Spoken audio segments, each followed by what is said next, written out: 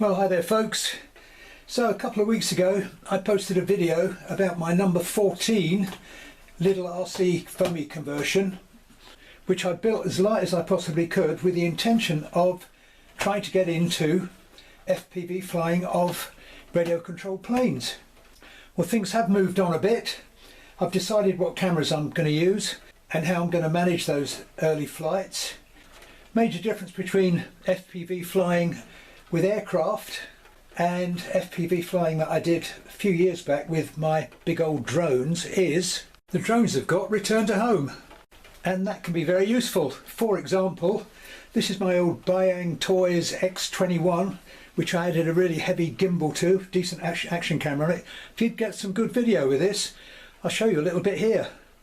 But some nice quality video. At one point though, on a local river, I actually lost sight of this, so very nice to be able to press a button on the transmitter, RTH, and sure enough, a couple of minutes later it appeared and it was right above my head. Problem with FPV on aircraft is, unless you've got an iNav and some programmed flight controller in it, it's not going to come back. If I lose the plot while I'm looking through goggles or something, it may well be gone. So what's the solution, you may well ask? But before I go into what my solution is hoping to be to avoid losing it on those early couple of flights, let's take a look at how things have changed over the last several years.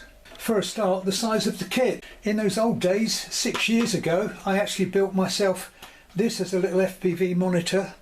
Nice little screen, or nice big screen really, a receiver here, which is nowhere near as sensitive as modern day ones, but I could put this down somewhere and monitor what my action camera was actually looking at. Now, all of this package here, believe it or not, is built into that little tiny thing there. I made a video review of it at the time. This little Banggood receiver and monitor, just a question of flip up the screen, turn it on, rechargeable of course, and you can see what's going on the screen while you're controlling. Now this arrangement is intended to be temporary while I'm doing range tests and feasibility tests to see just how good the field of view is for me to actually switch to goggles. And of course the plan is for those initial flights I will have a spotter so that if I do lose the plot trying to control by using the screen, I can just hand to my spotter and say, quick, take over, I've lost it. And of course in the UK, if you're flying FPV, you are actually obliged to have a spotter and stay within line of sight. And of course, to make life easier for those initial tests, I just put this together in a bit of 5mm foam board to make it easier to hold the transmitter and the video receiver. And I think it's quite a neat arrangement actually. Getting back to improvements in kit, one major improvement that I've discovered is antennas have come on a long way. In those early days I was using what's called a clover leaf, like this.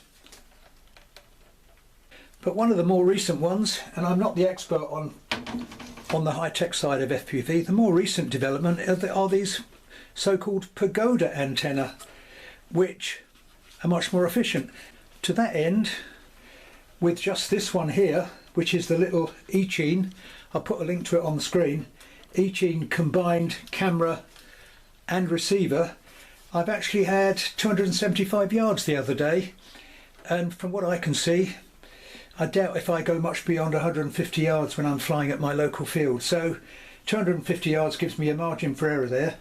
So antennas have come on. Of course, in those early days when I was doing FPV with my drone, I just wanted to get some nice scenic footage of some of the local area. The idea with FPV on an aircraft is to try and get a pilot's eye view of flying an aircraft. So a completely different concept really, and a very different kind of challenge. As far as the camera kit goes, as you can see, I've made a couple of custom made inserts to carry the camera. That module's just got the little Echin in it, which uses a 1S to power the transmitter. That will sit in there.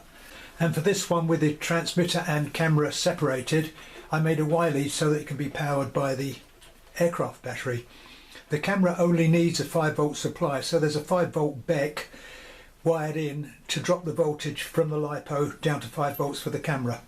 And at some point in the future, when I'm confident with this FPV lark, I can flip a couple of rubber bands and fit a camera that can record as well as give me FPV, like this little keychain cam.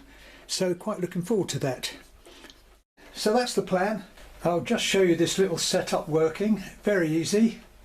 All I've got to do with this is turn this on, speckly screen, plug in a 1S LiPo. This is a little tiny 300 milliamp.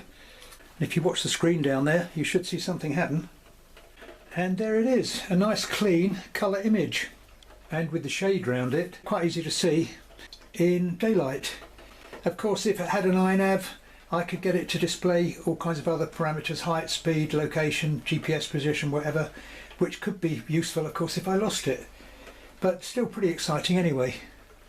One little downside of a tractor-driven aircraft is I will get a little bit of prop in the picture, but I don't think it's going to affect it, and I've deliberately given it a little bit of a down angle so that it's actually looking down, because my worry is once you initially launch, for those first 30 seconds you're climbing and you're not actually seeing anything of the ground. All you're doing is looking at sky, and at some point you've got to point back to the ground so that, or level flight, so that you can actually hopefully still see the airfield and hopefully still see something on your monitor screen, which is why, as I say, I'm planning to have a spotter for those early flights. I have tested the angle of view of this and I'm pretty confident that it's going to give me a down enough view of the airfield.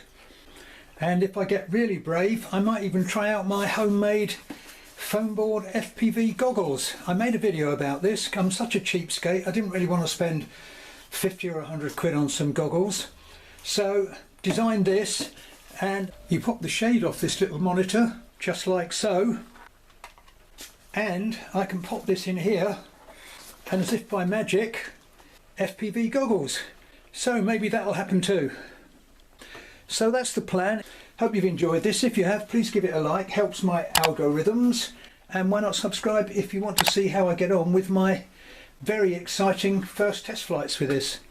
Test flights might be a while because we've gone straight into autumn and really awful weather, but as soon as I can, I'm going to be out and test fly this. But I'll stop rambling on. Thanks for watching. Hopefully I'll catch you all again soon. Bye for now.